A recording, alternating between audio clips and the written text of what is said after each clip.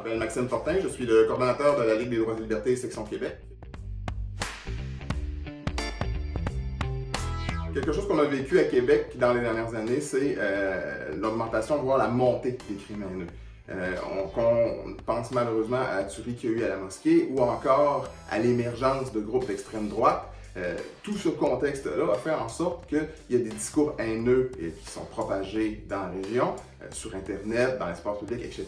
Et il y a malheureusement des gens qui décident de passer à l'acte et de commettre des crimes haineux. La notion de racisme systémique fait son chemin, si bien que même la Ville de Québec a reconnu l'existence du racisme systémique au sein du territoire de la Ville de Québec.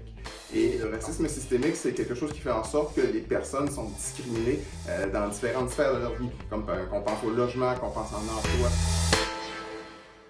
Il est vraiment important d'avoir une ressource qui fait en sorte d'aller voir comment les institutions fonctionnent, comment les institutions procèdent, et si à quelque part, les mécanismes et les règles adoptées par ces institutions-là sont justes pour tout le monde et ne discriminent pas, on va dire d'une manière subtile, certaines minorités culturelles ou ethniques.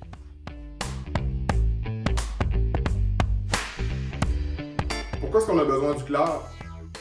Premièrement, parce qu'il n'y a aucune organisation, aucun groupe communautaire dans la région de Québec qui a pour mission principale l'antiracisme et la défense des personnes racisées.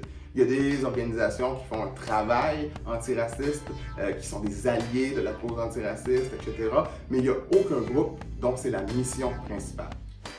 Le CLAR peut être une voix pour les personnes racisées, mais c'est aussi une oreille. C'est une oreille pour entendre les doléances, pour entendre les critiques, pour entendre les questions aussi des personnes issues des minorités. Il y a beaucoup de groupes communautaires qui se posent la question comment est-ce qu'ils peuvent être un bon allié dans la lutte contre le racisme. Le CLAR va ajouter une ressource aux groupes communautaires déjà existants. J'encourage les gens à soutenir le CLAR, à le soutenir publiquement, à le soutenir politiquement, mais à le soutenir aussi financièrement. Une organisation comme le CLAR a besoin de sous pour fonctionner, donc je vous encourage à donner généreusement au CLAR et à faire en sorte que cette organisation-là prenne son envol et accomplisse sa mission.